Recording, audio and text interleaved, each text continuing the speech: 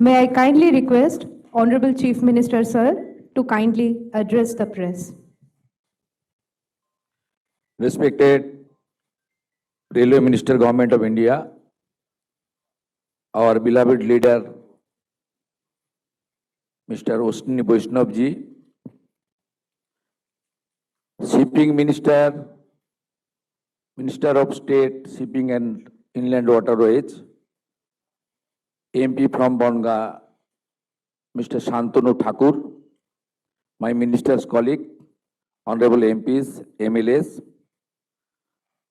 Mr. Vivek Kumar Gupta, Member Railway Board, and other key officers coming from Delhi, and GMs, GM Eastern Railway, GM South Eastern Railway, GM North Frontier Railway, GM North Frontier Railway, GM Metro Kolkata.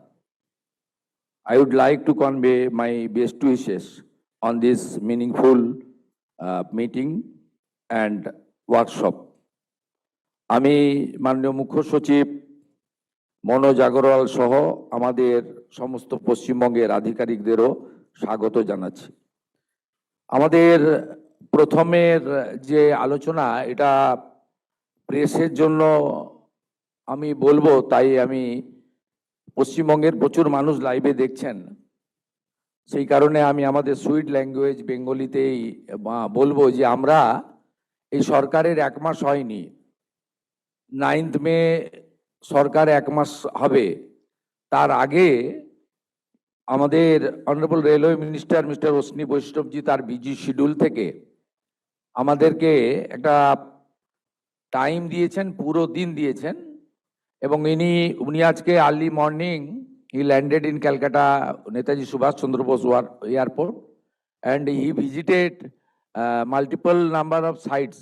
উনি অনেক জায়গায় গেছেন। উনাকে আমাদের honourable minister, cabinet minister Jagannath Chattopadhyay accompany করেছেন এবং transport secretary also accompanied him. তা তিনি অলরেডি অনেকগুলো কাজ করতে করতে এখানে পৌঁছেছেন, এবং এখানকার প্রোগ্রামের পরে আমি ওনার সাথে যাব চিংড়িঘাটা সাইট ইন্সপেকশন করতে। এগুলো একটা লং পেন্ডিং, অনেক দিন ধরে পশ্চিমবঙ্গে রেলের সঙ্গে এই বিগত যে সরকার ছিল একটা যুদ্ধ ভাব, সেন্ট্রাল স্টেট রিলেশনটা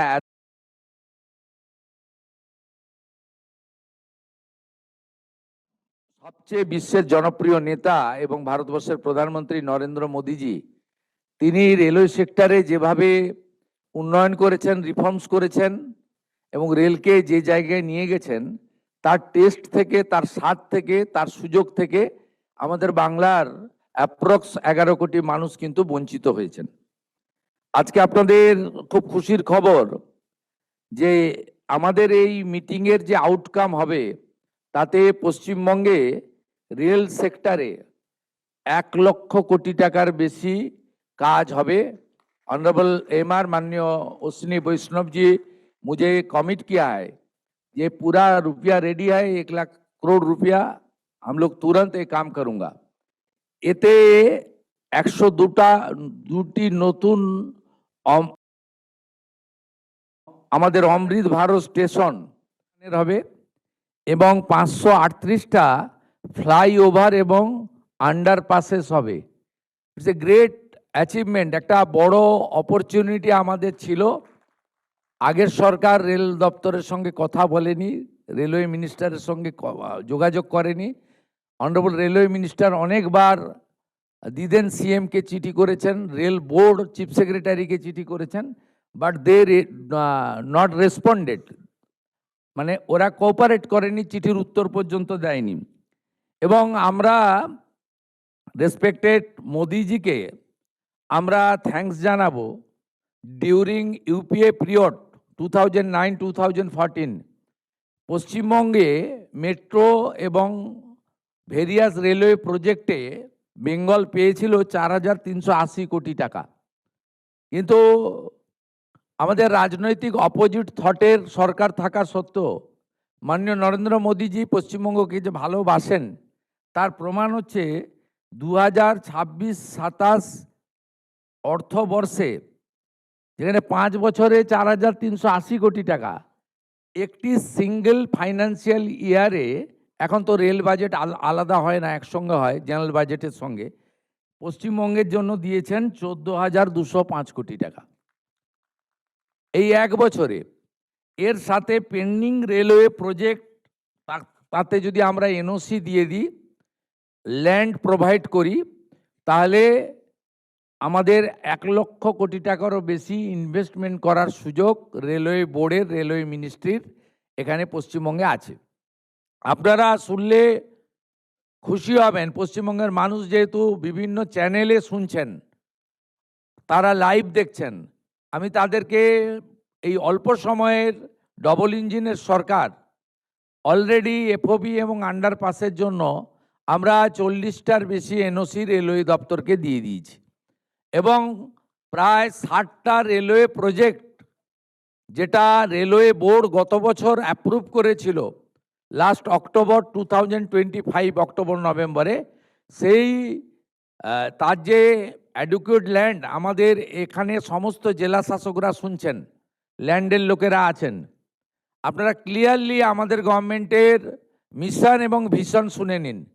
আমরা যেমন আমাদের বর্ডার প্রোটেকশন দেওয়ার জন্য বিএসএফকে ল্যান্ড হ্যান্ডওভার করছি, ঠিক একইভাবে রেলওয়ে নেটওয়ার্ককে গোটা পশ্চিমবঙ্গে পৌঁছে দেওয়ার জন্য মাননীয় রেলমন্ত্রী অশ্বিনী বৈষ্ণবজির যে বিশেষ মিশন এবং রেলওয়ে বোর্ড যে প্রজেক্টগুলো অ্যাপ্রুভ করেছে, অ্যাপ্রক্স 61, আমি এলওপি ছিলাম দিদেন টাইম, অনারেবল এমআর আমাকে তার চিঠিও কপিও দিয়েছিলেন যে railway board sanction 61 project in West Bengal.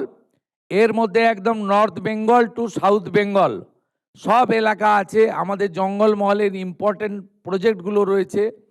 এবং আমার যে আর্লিয়ার অ্যাসেম্বলি কনস্টিটিউয়েন্সি ছিল, সেখানে নন্দীগ্রাম প্রজেক্টেরও 6 একর জমি ওনার প্রয়োজন ছিল, সেটাও ছিল।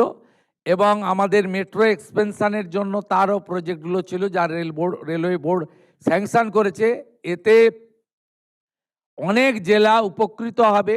আমাদের করিমপুর, জলঙ্গি, আমাদের তেহট্ট, নদিয়া, মুর্শিদাবাদের ওই জোন রেল মানচিত্রের বাইরে আছে। আমাদের লালগড় এবং বড় একটা অংশ রেলওয়ে মানচিত্রের বাইরে আছে। গোপীবল্লভপুর, নয়াগ্রাম আমাদের রেলওয়ে মানচিত্রের বাইরে রয়েছে। দক্ষিণ দিনাজপুরের হিলি সহ একটা বেল্ট রেলওয়ে মানচিত্রের বাইরে আছে। দক্ষিণ 24 পরগনার একটা বড় অংশ সাগর সুন্দরবন এলাকা রেলওয়ে মানচিত্রের বাইরে আছে।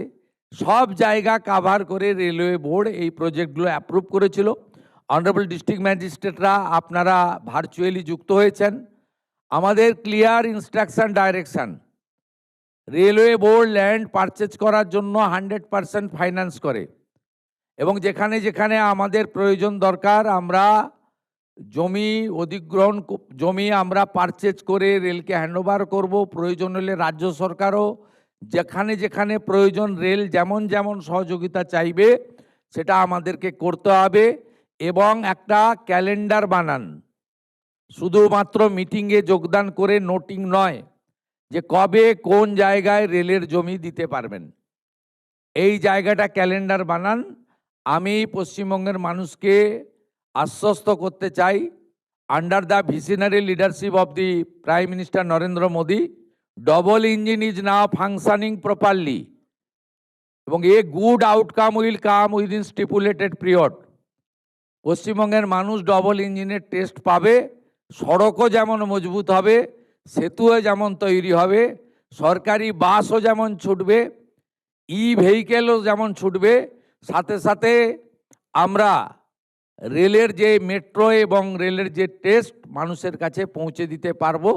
এবং সবটাই আমাদের আগামী দিনে আজকের যে মিটিং হবে, উনার মূল্যবান ভ্যালুয়েবল টাইম স্পেয়ার করেছেন, আমরা এই মিটিংয়ে সেই বিষয়গুলো আলোচনা করব।